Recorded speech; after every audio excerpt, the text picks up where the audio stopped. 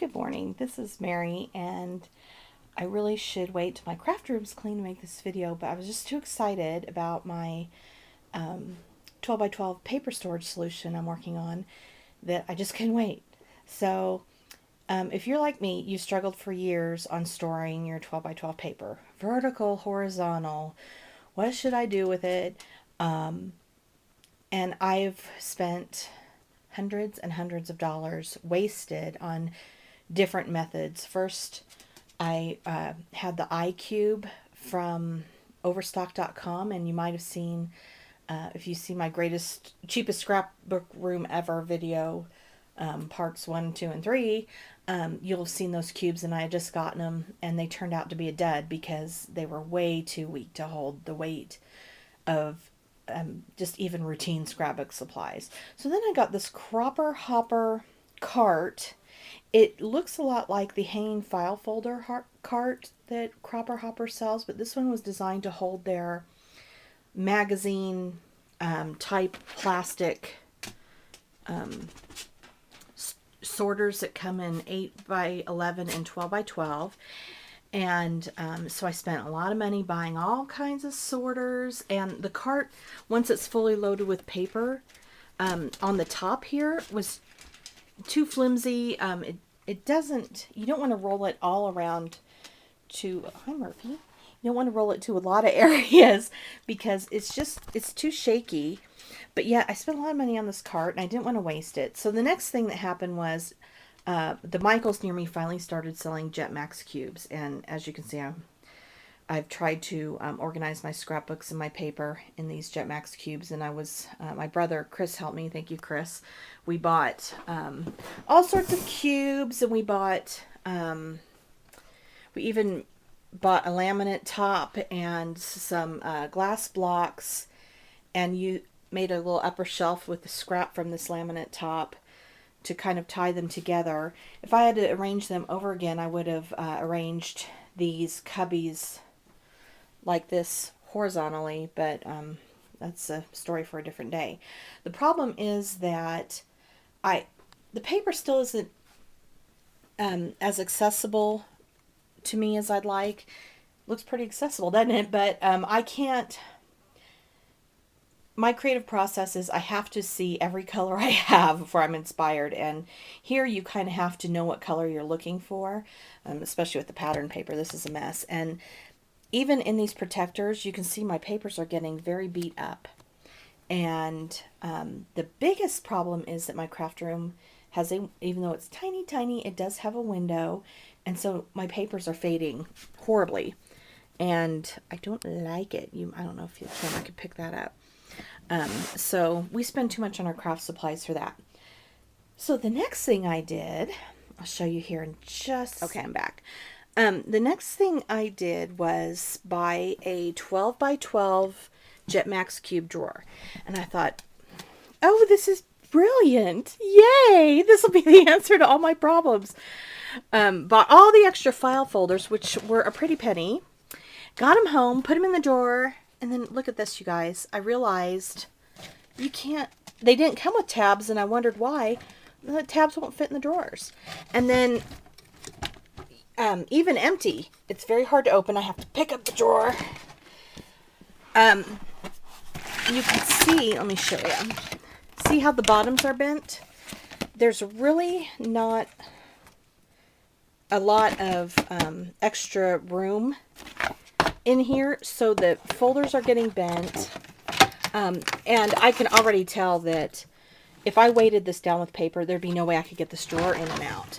So my brilliant plan to overcome all of this is I'm going to repurpose that Cropper Hopper cart.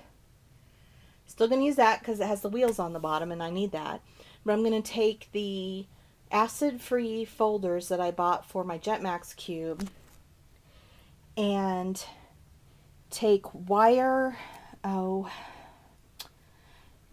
it's for like college dorm rooms and things. They're the wire bookcase builder. Rubbermaid makes some. You can get some generic. You can get them pretty expensively or pretty cheap, so do your price shopping, price comparison. I'm going to take Small binder clips, the 3/4 inches. They look like this. We've all stolen those from our office. I mean, oops, we've all seen these. And then I'm going to take some cable ties, small ones, and these break very easily. They're very brittle, so you'll need to keep that in mind and use a lot of them. Murphy's gonna thinks they're a snack. And I'm going to see if I can make a file system, but let me show you the problem. The problem is that these folders need to slide on the top rails of these cubes, and as you can see, they're not the same width. So we're going to have to do some imaginative solutions.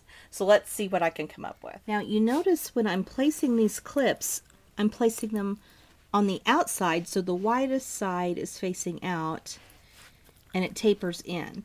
And there's enough room, playroom with these hanging file folders that these clips are not going to interfere with the movement of the file folders.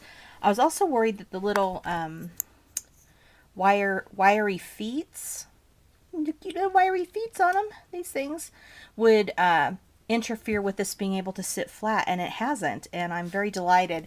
And so far, I haven't had to use any cable ties yet. This is really sturdy, and I've only got the 3 sides on it. Murphy's my OSHA supervisor, and he's making sure that the structure is secure and in no way is hazardous to the workforce here, which is me. So let me keep building, and we'll see if this is going to work. I'm installing an inner rail because we've already talked about how our hanging file folder is too narrow to use the natural dimension of the cubes as they come. So I'm going to install an inner rail so that my folders can slide. They're not going to slide a lot because of, again, these posts, but it's kind of a plus because then I could like keep them from sloshing around too much. But I'm using extra clips to kind of be a spacer. These little clips just happen to be the 3/4 of an inch narrower that we need to make our cubicle so that the hanging file folders can slide. So that was fortuitous.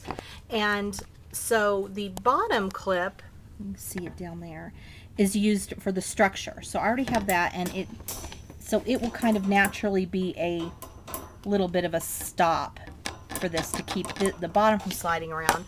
So we needed something for the top. So I put the clip on, and then I put the clip feet to a cable tie to hold it down. And if you push this forward, then you can start securing with cable ties your midline rail cube side, and this should keep it. It's not 100% secure, but you know, we're not putting this in a car and carting it anywhere. So I'm going to keep building using lots and lots of cable ties all the way down, and maybe even some on pulling to one side and then pulling to the other to keep the middle secure.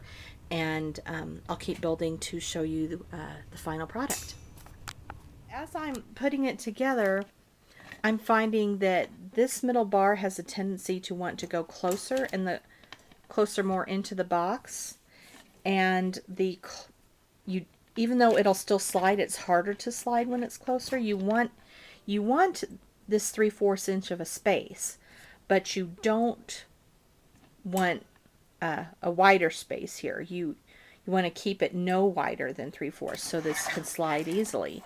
So what I'm going to do is I'm going to put cable ties on the way up like this to hold it more towards the outside. And if I find towards the top that this keeps wanting to pop past my, like that, if it keeps wanting to pop past my clip, then I'll stagger and wrap this and this so that it stabilizes it.